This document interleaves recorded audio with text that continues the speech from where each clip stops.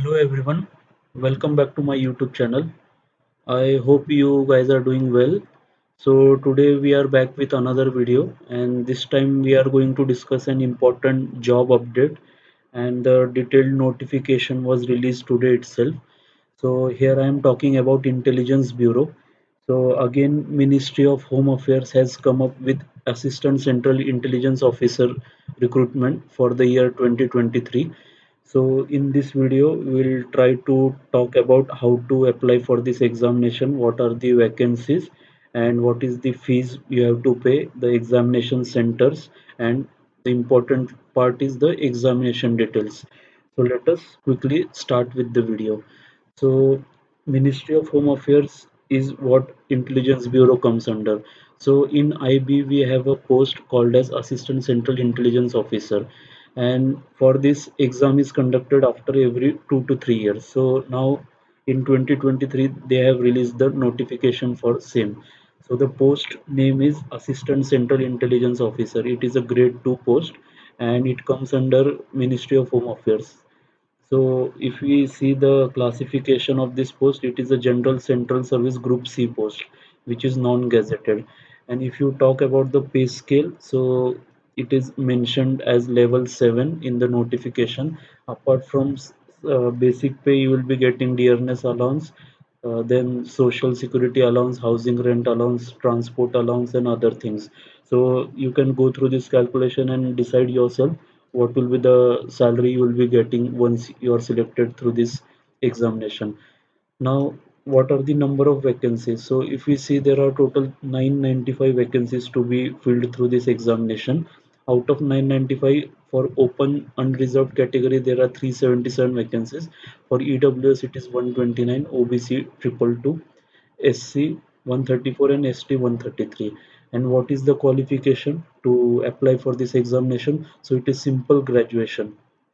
You should have completed your graduation from a recognized university, and the desirable qualification is you must be having basic knowledge of computers, and the age limit for this examination is 18 to 27 years. So this age limit is for open category, and appropriate relaxation is provided for reserved category students. Like for SC/ST it is relaxable by 5 years, so it will be 27 plus 5, 32 years, and for OBC it will be 30 years.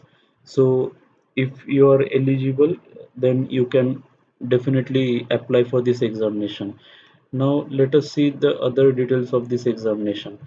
So the last date to apply for this examination is 15th of December 2023, and the eligibility which will be considered, that will be determined based on the closing date. Like age calculation will be done on the cutoff date of 15th December 2023, and you must possess your degree certificate or the graduation should be completed before this date. You must have been declared successful in it, otherwise you will not be eligible to apply for this examination. Now coming back to the examination center, so here they have clearly mentioned the city of examination. You have to select 5 options as exam city, and out of that 5 options you will be awarded the exam center. Now remember, this post involves all India transfer liability, so those candidates which who are willing to serve anywhere in India only need to apply. They have clearly mentioned this. So upon getting selected, you may be posted anywhere in any part of India. So just go through these examination cities and just see where to apply. Now coming back to the scheme of examination, this is important for us. Now the exam will be conducted in 3 stages: tier 1, tier 2, and tier 3. So we have 1, 2, and 3. So in tier 1 we have a 100 marks objective type MCQ examination. So in tier 1 we'll have 100 questions, multiple choice questions, which are divided into 5 parts, and each part will contain 20 questions of 1 mark each. And the topics they have mentioned are here. We'll have current affairs, then we have general studies, aptitude, reasoning, and English. And there will be negative marking of 1/4, like 0.25 will be deducted for each wrong answer. So you will be getting 1 hour for attempting 100 questions. So in 60 minutes, you have to attempt a total of 100 questions. So If you are declared successful in tier 1 examination, then you will be called to write tier 2 examination, which will be descriptive type, and it will consist of 50 marks. And in this 50 marks, essay writing will be there for 30 marks, and English comprehension and essay writing will be there for 20 marks. So again, this is for 1 hour duration, and it will have 50 marks. And if you are declared successful in tier 2, then you will be called for interviews, and interview will be conducted for 100 marks. So this is how the scheme of examination works here, and you have to qualify each stage of examination for finally getting selected. Now here are few things which you have to remember. There will be no marks awarded for an unattempted question, and if you have chosen any question or you have marked any question as mark for review, then it will not be evaluated, so it will not be considered for evaluation. This you have to keep in mind. Now in tier 1 examination, they have given minimum cutoff marks, means that you have to score minimum this much marks, and above this you have to score for getting selected for next stage of examination. So for unreserved category, you have to score minimum 35 marks out of 100. For OBC, it is 34 marks. For SC ST, it is 33 marks. And again, if you are from EWS category, it is 35 marks. So minimum this much marks you have to score in tier 1 examination for getting selected for tier 2 examination. Now on the basis of your performance in tier 1 examination, they will be calling 10 times the number of vacancies for tier 2 examination. Like we have 995 vacancies, so 995 into 10, that means 9950 students will be called for tier 2 examination, subject to condition that you have scored minimum cutoff. Now on the basis of your combined performance in tier 1 and tier 2, so this is quite important. You have to listen carefully here, that marks of tier 1 will be counted for calling students for interviews. So on the basis of combined performance in tier 1 and tier 2, you will be shortlisted for interviews, and this number is 5 times the number of vacancies. So 995 into 5, that many students will be called for interviews. Now here is the condition, that you must secure minimum 33% marks in tier 2 examination. That is, in that descriptive type paper you have to score minimum 17 marks out of 50 marks. Only then you will be called for interview. Now on the basis of your performance in all the tiers of examination, that is tier 1, tier 2 and interview exam, a final merit list of 995 candidates will be prepared. So this you have to keep in mind, that every stage of this examination is important.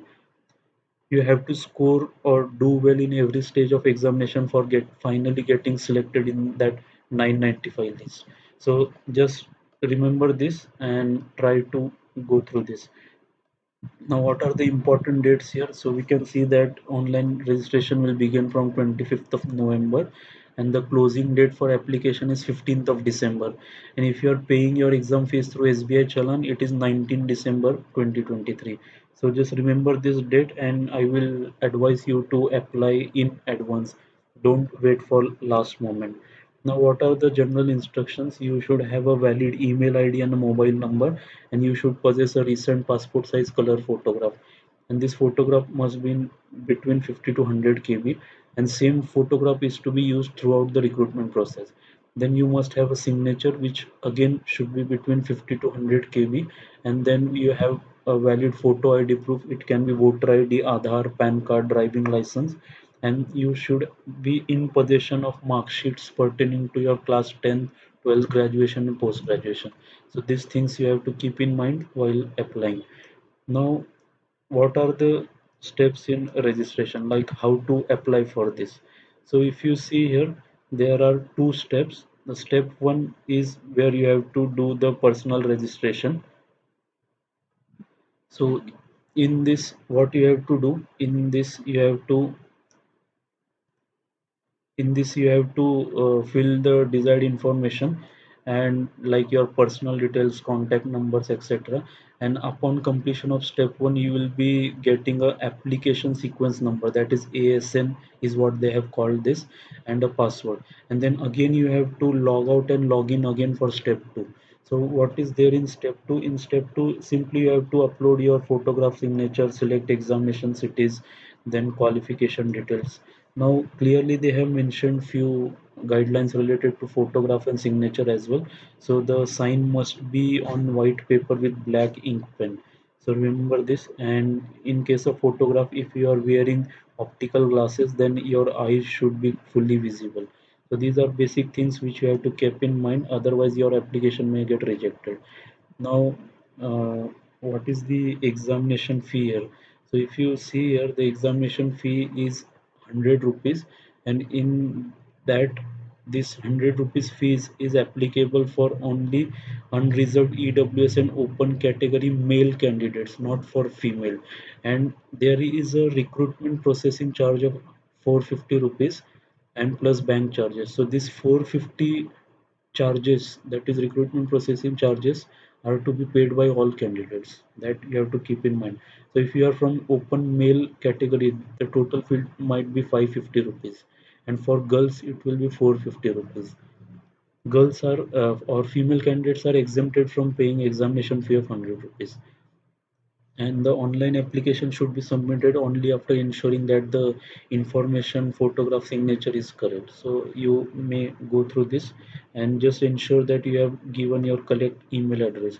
So this is what I was talking about, that the exam fee for all candidates, the recruitment charges is 450, and for male candidates of unreserved EWS and OBC categories it is 100 rupees.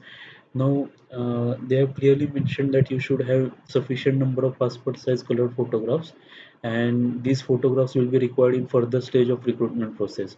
And if you provide any other photograph which you have uploaded while filling the form, it may result in cancellation of candidature. So this you have to keep in mind. Now, this is what is there important in this recruitment notification. If you still have any doubt, you can comment in comment section. I will definitely try to address your doubt. So I think this is a very good opportunity for all the graduates, as it is one of the premier agencies to work with in our country. So thanks all, thank you for watching the video.